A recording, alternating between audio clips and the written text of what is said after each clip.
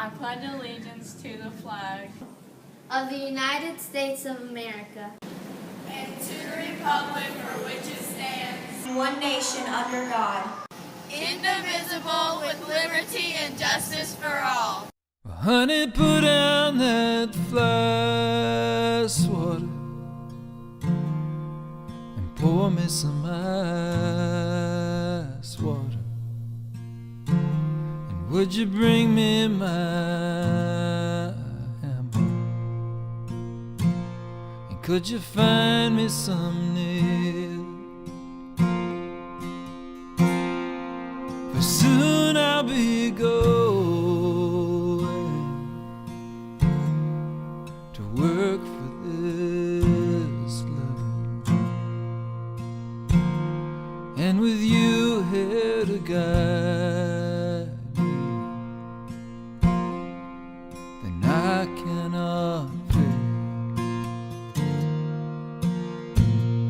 All the morning it stumbled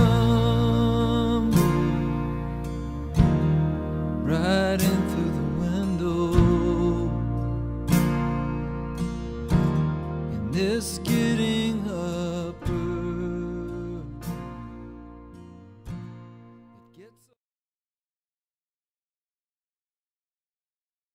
I would say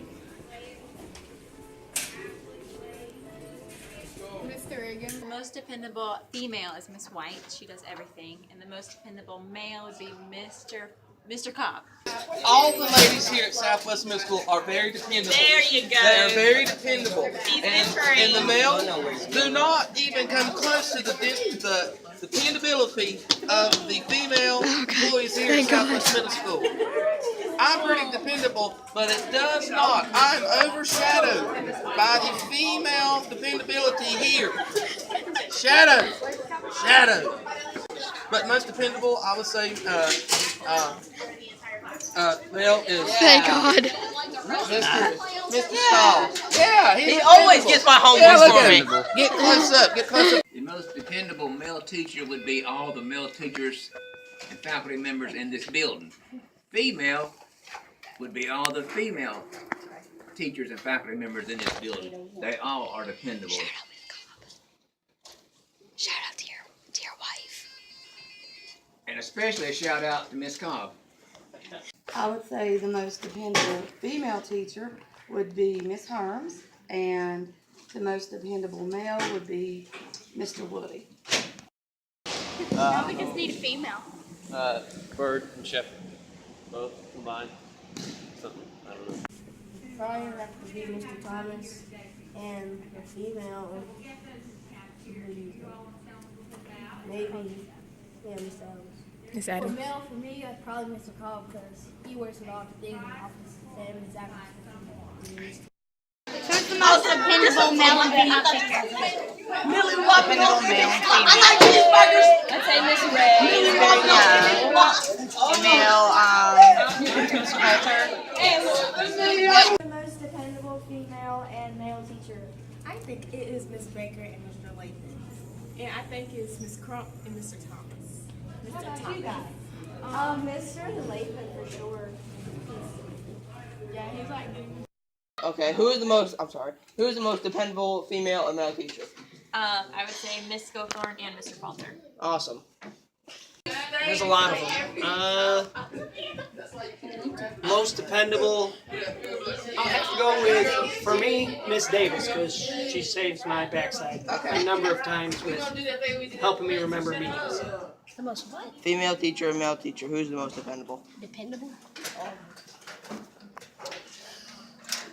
Mr. Swinford and Miss Presley. Okay. I think the most dependable teachers at Southwest are either the elective team and the coaches, because we spend lots of hours with kids and after school working hard to make awesome things happen. So it's really you? Yeah. But my whole team, not just me. I'll share. Miss Scott and Mr. Thomas. Miss Harris and Mr. Thomas.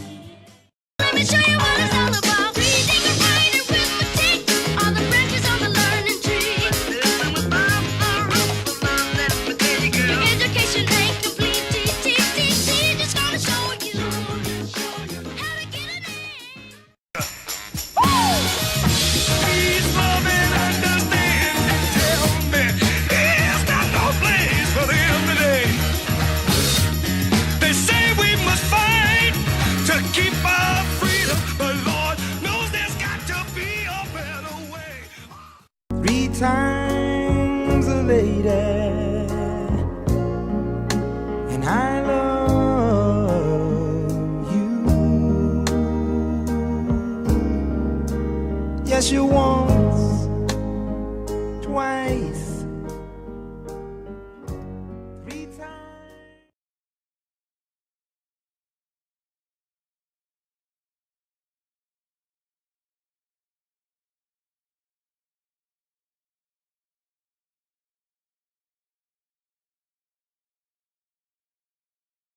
So, Mr. Woody, what strategy do you use in teaching these students? Well, I think it helps my students to be able to see what it is that I'm talking about a lot. So I use a lot of pictures. I highlight words and parts of words, root stems, things like that. I design my lessons based on the SIOP protocol, which is a sheltered instructional observational protocol, and it emphasizes building background information. So if you don't know about something to begin with, it's a lot harder to teach in depth about it. So those are a few of the strategies I use most of the time. Awesome. Are there any resources you need in order to boost your program? I like the use of the technology that I have in my class. You know, being that the society is really pushing towards that, I think it's important for them to continue to work within, you know, in the computers and being able to send emails and upload things like that. I think it's a skill that will help them later on in life. So that and pencils. I go through pencils like you wouldn't believe. What type of education would I need if I wanted to do your job in my future? Well, I think it's more so about the passion and the experience. I spent some time in New York volunteering with high school students, at-risk high school students in after-school programs, and then I spent 17 months in Argentina, not knowing a whole lot of Spanish, so I was able to experience what it's like for some of my students who come here and don't know a lot of English, and the anxiety that you feel being in these types of atmospheres. But I also got a bachelor's in communication, which I think is critical in being able to communicate with my students and their parents and my colleagues in order to get what my students need. So. Awesome. I guess that brings us into the last question. Tell us about the different places you have been and one good story about someone you worked with in the past. Let's see. I would have to tell stories about Mr. Moore. He retired last year. He was the French teacher. And I can't tell any one story because that just doesn't do the man justice. I just have to tell you that he is a man that you have to experience as a person, because there is no one else in this planet that is like him. And the places I've traveled would be, well, obviously Argentina, New York, places that I've lived.